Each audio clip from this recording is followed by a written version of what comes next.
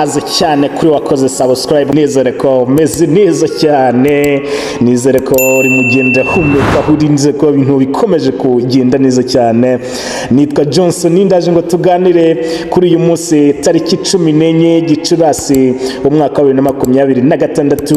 Tugiye kuba tuganira ku bintu 10 byihariye ku mwami Mutara wa gatatu Rudahigwa. Hanyuma rero muri ibi bintu 10 nagerageje kureba bimwe by'ingenzi birumvikana. Ikintu cya mbere ni we mwami rukumbi uri ku rutonde rw'intwari z'u Rwanda. Mutara wa gatatu Rudahigwa yashyizwe mu cyiciro cy'imena mu ntwari z'u Rwanda zibukwa buri wa mbere Gashyantare buri mwaka birumvikana.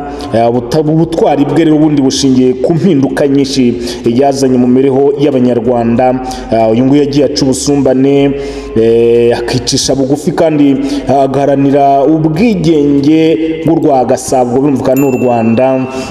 Hanyuma rero urukundo yagiraga igihugu n'abana bacyo rwibuka cyane ubwo yemeraga kugaba inka ze ubwo inzara yaruzagayura yugarije Abanyarwanda. Yanzira akarengane akarwanya yivuye inyuma, ndetse aba umucamanza mukuru mu rukiko rw'umwami kubera ukuri kwe birumvikana. Ubutabera n'ubunyangamugayo byagiye bimuranga, urumva ko yakoze ibintu by'indashyikirwa. Icya kabiri cyaranze uyu mwami yashatse abagore babiri. Umwami yashatse abagore babiri. Mu muco nyarwanda ubundi akenshi uwo mwami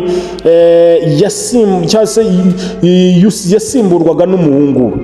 Ibyo byatumaga kubyara umwami bihabwa agaciro gakomeye haba kure n'igihugu muri rusange, kuko uretse kwishimira ko yabyaye nk'ibyo muri rubanda yabaga akeneye uwo azaraga ingoma. Rudahigwa yabanje gushakana na Nyiramakomari mu 1933, baza kubyarana umwana w'umukobwa witwa Gasibirege waje kwitaba Imana akiri muto. Nyuma rero yaje gushakana na Gicanda Rosalia, babanye kuva mu mwaka wa 1942 kugeza atanze mu mwaka wa 1959. Hanyuma icyaranze uyu mwami cya gatatu yatanze u Rwanda aruha Kristo umwami.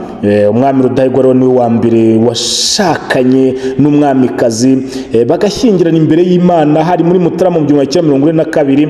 Abyemererwa nyuko ngo yaje kubyemererwa hatarabatizwa kugira ngo abe umuyoboke w'idini Gatolika, ndetse na rubanda rukurikira intambwe ye. Yaje ro kubatizwa nyuma yitwa Charles Pierre kuwa 16 Ukwakira mu 1946 niho yatuye u Rwanda n'ubwami bwe Kristo umwami mu isengesho yasengeye mu birori byabereye i Nyanza.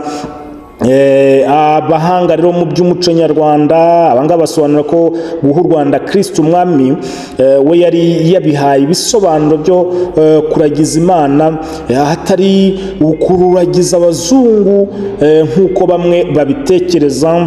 Hanyuma rero icya kane niwe mwami utarimitswe n'abiru. Yego, mu myaka ya nyuma ya Yuhi wa gatanu Musinga ku ngoma yasuzuguwe n'abazungu cyane, bamwambura ububasha n'ubudahangarwa. Umwami w'u Rwanda rero yabaga afite bapfaga ko atemera amategeko n'amabwiriza yabo, ibikorwa byabo akabirwanya.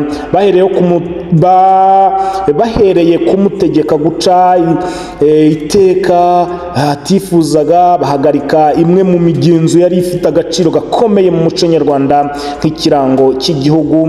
Birangiraho banamukuye ku ngoma. Abazungu rero bamukuyeho ni nabo bimitse umuhungu we Mutara wa gatatu Rudahigwa, babonaga nk'uzabumvira cyane. Hanyuma cya gatanu niwe mwami wa mbere u Rwanda rwagize w'isi. Yego, Rudahigwa yasimbuye se akiri ku ntebe y'ishuri, aho yabangikanyaga cyane inyigisho z'idini Gatolika ndetse n'amasomo ye asanzwe. Se Yuhi rero wa gatanu Musinga ntiyari yarize, bivuze ko ari we wari ubaye uwa mbere wize birumvikana. Cya gatandatu rero yatangije ikigega gifasha abakene kwiga. Umwami Rudahigwa yari yarize ndetse amaze kubona neza akamaro k'amashuri cyane ko byamugejeje ku ntebe y'ubutwari. Hanyuma icya karindwi, urukundo yakundaga siporo rwatumye ashinga ikipe mu by'umwami Rudahigwa yari yarihariye harimo no gukunda siporo itari yagateye imbere cyane mu ibyo bihe birumvikana. Icya munani rero yatangije urugamba rwo gusaba ubwigenge. Umwami Rudahigwa rero niwe wateye intambwe ya mbere yanga agasuzuguro k'abakoloni b'Ababiligi, yandikira umuryango w'abibumbye awusaba ko basubira iwabo abanyarwanda bakibohora. Hanyuma rero icya cyenda niwe mwami watuye mu ngoro ya kijyambere. Rudahigwa rero ntiyabaye mu ngoro y'umwami izwi nka Kambere, yari isanzwe iturwamo n'abami b'i Rwanda. Amaze kwingwa mu mwaka w'1931 yahise atangira kubakirwa ingoro ya kijyambere, ayitaha mu mwaka wakurikiyeho. Icyanyuma rero umwami niwe mwami watunze imodoka akagenda mu ndege. Rumvikana ko ari ibintu rwose bitangaje cyane. Rudahigwa rero niwe mwami wa mbere w'u Rwanda watunze imodoka, ndetse yakundaga kwitwara kuko n'igihe yerekezaga ndetse n'igihe yatunze imodoka, ndetse yakundaga kwitwara ko n'igihe yerekezaga i Burundi akagoye niwe wagiye ayitwaye. Yego, komeza usubscribing, usharinge, utange na comment. Nitwa Johnson.